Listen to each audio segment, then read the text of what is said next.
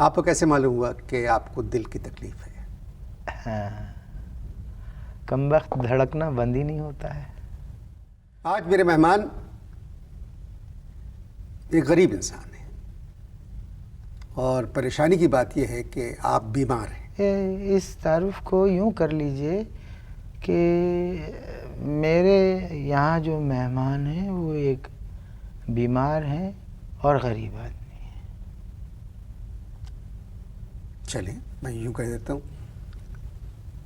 आज लूस्टॉक में मेरे जो मेहमान हैं वो बीमार हैं, गरीब आदमी हैं। गरीब आदमी हैं। दुरुस्त। आप बीमार हैं? नहीं, हॉकी खेलने जा रहे हैं, गोल्ड मेडल लेने ईरान। मैं समझा नहीं। जब चेहरे के एक एक इंच पे बीमारी लिखी हुई है तो इस सवाल का क्या मकसद था कि आप बीमार हैं? कौन सी बीमारी है? गुर्बत। गुर्बत तो कोई बीमारी नहीं है। सबसे बड़ी बीमारी है गुर्बत। पाकिस्तान में सबसे बड़ी बीमारी है गुर्बत, जिसका ना कोई इलाज है और न क्लिनिक। मगर मेरे भाई, आज हम गुर्बत पे बात नहीं करेंगे, हम बात करेंगे आपकी बीमारी पर। आपका जो प्रोग्राम है लूज टॉक मज़ाहिया प्रोग्राम है, कोई और बात करें। नहीं, बात हमें सिर्फ आपसे ही करना है। अच्छा अच्छा। क्या बीमारी है? हाँ, दिल के मरीज़ हैं और रीढ़ की हड्डी में भी कुछ मसाइल हैं। तो आपको कैसे मालूम हुआ कि आप दिल के मरीज़ हैं और रीढ़ की हड्डी में कुछ मसाइल हैं? आपकी तबीयत ठीक है? जी बिल्कुल। ये किस तरह के सवालात कर रहे हैं कि आपको कैसे मालूम हुआ? भाई, मुझे बीमारी है, मुझे नहीं इल्म होगा तो किसको, रिश्तेदारों को, पड़ोसियों को होगा? ये तो क्या सवाल है। किसी डॉक्टर को दिखाया आपने? बेटा जो है मेरा 10 साल का है। कितने साल का है? 10 साल का। अब वो बनना चाहता है डॉक्टर। अगर मैं रहा और वो डॉक्टर बन गया तो मैं उसे ज़रूर दिखाऊंगा, उसी को दिखाऊंगा। तुम देख लेना, बाप से फीस नहीं लेगा। क्या करते हैं? मजदूरी, ईंटें बनाते हैं, सारा दिन ईंटें बनाते हैं। 2 बच्चे हैं, फिर भी घराना खुशहाल नहीं है। अजीब बात है, क्या करें। मेहनतकश बहादुर होते हैं। हाँ, इस मुल्क में बहादुर मेहनतकश नहीं है तो मेहनतकश बहादुर कहाँ से हो सकते हैं? आपको कैसे मालूम हुआ कि आपको दिल की तकलीफ है? हाँ, कमबख्त धड़कना बंद ही नहीं होता है। धड़कन रुकती ही नहीं है। इससे बड़ी और क्या बीमारी हो सकती है? आप तो शायराना किस्म की बातें कर रहे हैं। आपको कब मालूम हुआ कि आपको दिल की बीमारी है? हाँ, एक दिन मैं ईंटें बना रहा था, सुबह से लगा हुआ था, काम कर रहा था। शाम हो गई, झुटपुटे का वक्त आ गया, सोचा घर की तरफ चलते हैं। रास्ते में मैंने क्या किया कि बच्चों के लिए बन कबाब खरीद लिए। घर पहुंचा, बस फिर मुझे कुछ याद नहीं रहा। आँख खुली तो मैं अस्पताल में था। मैंने पूछा क्या हुआ? कहने लगे आपको दिल का दौरा पड़ा है। अब अस्पताल वाले कहने लगे कि 30,000 रुपये यहाँ जमा करा दीजिए तो आपका इलाज शुरू होगा। मैं वहाँ से चला आया और 4 दिन घर में रहा, फिर मजदूरी शुरू कर दी। आपको किसी सरकारी अस्पताल जाना चाहिए था।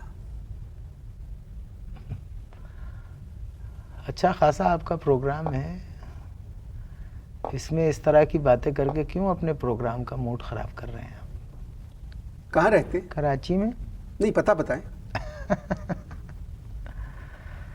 पता बताने के लिए मकान ज़रूरी है। साल हर साल ईंटें बनाकर लोगों के मकान बनाए, लेकिन हम आज भी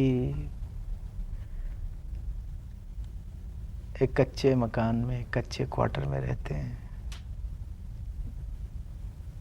जिसकी छत भी टपकती है। नहीं, इसमें कोई बुरी बात नहीं है। लाखों लोग ऐसे मकानों में रहते हैं। गरीब होना, मैं आपसे कहूं, कोई बुरी बात नहीं है।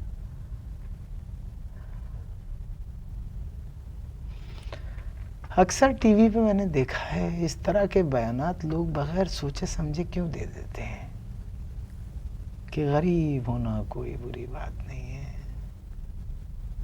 कभी एक्सरे कराएं गुर्बत का, एक्सरे कराएं।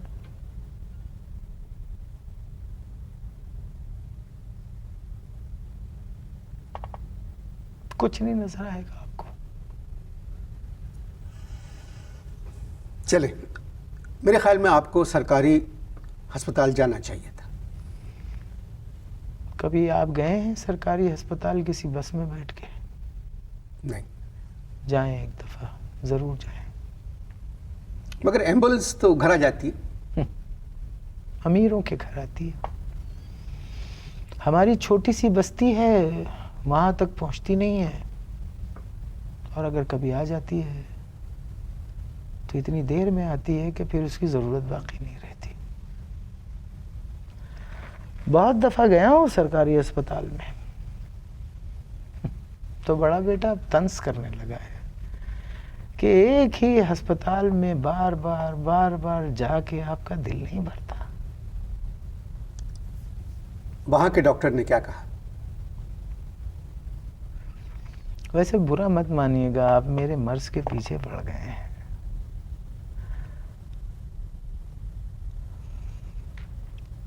आहा, हमारा तो एक ही शायर था,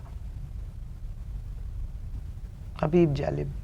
जालिब की शायरी आपने पढ़ी है? पढ़ी है। वो तो ऐसा लगता है जैसे तमाम मेहनत कशों ने मिल के कही है। घर में भी कहाँ चैन से सोए थे कभी हम, जो रात थी जिंदा में वही रात वहां थी। शेर तो आपने बिल्कुल सही पढ़ा। जालिब थे भी तो सही शायर। उनके दुनिया से जाने के बाद तो हम लोगों ने एहतजाज करना भी छोड़ दिया।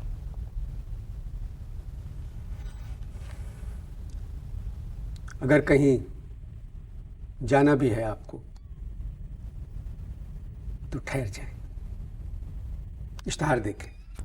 इश्तहारों से पहले हम बात कर रहे थे जालिब की शायरी पर। वैसे माफ़ कीजिएगा, बहुत गलत वक्त में आपने इश्तहार दिखाए, जबकि मेरी कहानी एक अहम मोड़ में दाखिल होने वाली थी। मेरे भाई, आपकी कहानी सच्ची है। जब तक यहाँ कहानी में कोई झूठ शामिल ना हो, लोगों को पसंद नहीं आती। इसीलिए मजबूरन मुझे इश्तहार दिखाना पड़ा। आपकी जो कहानी है, यहाँ के रहने वालों या टेलीविज़न देखने वालों के दिल में उसकी जगह नहीं है, और ना ही उसकी जगह हमारे अदब में है। तो फिर मुझे जाने दें। मगर मेरा प्रोग्राम 25 मिनट का है। अच्छा, अभी चलिए पूरे नहीं हुए हैं। चलिए, 25 मिनट पूरे हो जाएं तो बता दीजिएगा।